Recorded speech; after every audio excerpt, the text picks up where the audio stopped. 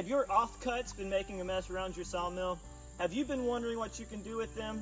Stick around and find out the best ways I found to use my offcuts. So I don't make paddle boards out of my offcuts, unfortunately. That would be a pretty cool side gig. But I do turn it into firewood. And so what I did is I created this jig, which is pretty much just a offcut holder.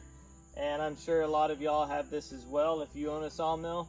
But I just have it marked every 16 inches to show me that this is as long as it needs to be, because I have a wood burning stove and my firebox can accept a 20-inch log, and so I don't want to go over 16 just in case, you know, some of these aren't going to be exactly right.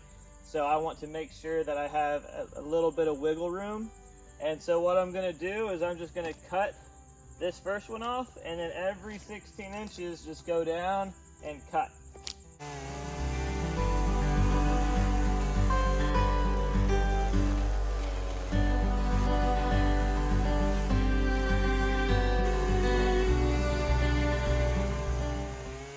So this piece right here is a good example of why I marked my cuts at 16 inches. This piece is actually 19.5 inches. So if I was to mark my piece of wood where I'm cutting at 20 inches, then this piece could have been anywhere from 23 to 25 inches. So I'm glad that I gave myself a little bit of wiggle room, and I think that's a smart idea if you decide to do something like this.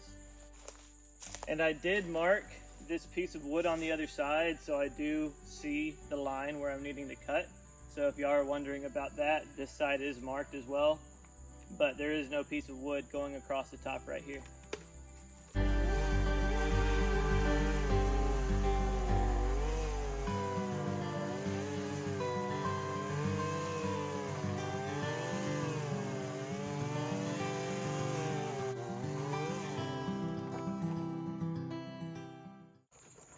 So I'm not going to keep cutting with y'all watching. I think y'all get the idea. This is the product that I'm getting out of my cuts. All this is either poplar, pine, or cedar.